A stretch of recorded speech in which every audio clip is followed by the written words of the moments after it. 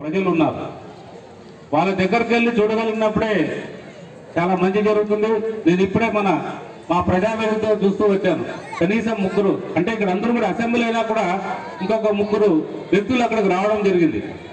దాన్ని ఉద్దేశించి నేను ఇప్పుడు మేడం గారికి చెప్తున్నా, చాలా మంది ఉన్నారమ్మా, ఇంకా మీకు తెలియని వాళ్ళు, తెలిసేవాళ్ళు, చెప్పలేక మీతో బాధపడలేక ఉన్నారు. ఖచ్చితంగా మీరు ప్రతి మండలంలో పెట్టగలిగినప్పుడే మనం పూర్తిగా దీన్ని నిర్మూలించగలుగుతాం, మంచి జరుగుతుంది అనేది అందరి అభిప్రాయం.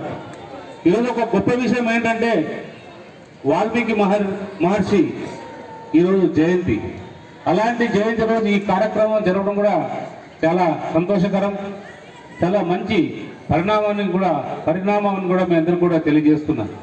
ఏదేమైనా కూడా అధికారులు ఎంతవరకు చేయగలుగుతారో చేయించిన తర్వాత ఏదైనా మిగిలిపోతే వేరే దాంట్లో చేయలేని పరిస్థితి వస్తే ఖచ్చితంగా మా దృష్టికి తెస్తే మేము వీలైనంత వరకు కూడా ఏదో ఒక కంపెనీని అప్రోచ్ అయ్యి వాళ్ళ ద్వారా ఏదో ఒక CSR ఫండ్స్ తీసుకొని కూడా సహాయం చేసేదానికి అవకాశం ఉంటుంది. ఖచ్చితంగా సహాయం చేస్తామని కూడా మీ అందరికీ తెలియజేస్తున్నా.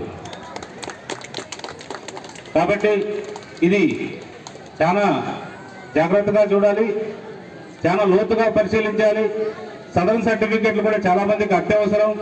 ఎందుకంటే వాళ్ళ తల్లిదండ్రులు వాళ్ళు పోషించాలంటే వాళ్ళకి కొంత డబ్బు సహాయం అవసరం. కాబట్టి మీరు అలాంటి సహాయం చేయాలంటే మీరు వాళ్ళ సదరన్ సర్టిఫికెట్లు కూడా మీరు దగ్గరుండి ఇప్పించి ఏర్పాటు చేయాలని మీ అందరూ కూడా విజ్ఞప్తి చేస్తున్నా. ఎందుకంటే వాళ్ళకి ఇక్కడ నుంచి కర్నూలుకు రాస్తారు. కర్నూలులో అసలు వాళ్ళకి అప్రోచ్ అవుతారా, వాళ్ళు ఇంటర్వ్యూ ఇస్తారా, డాక్టర్ చూస్తారో లేదో తెలియదు.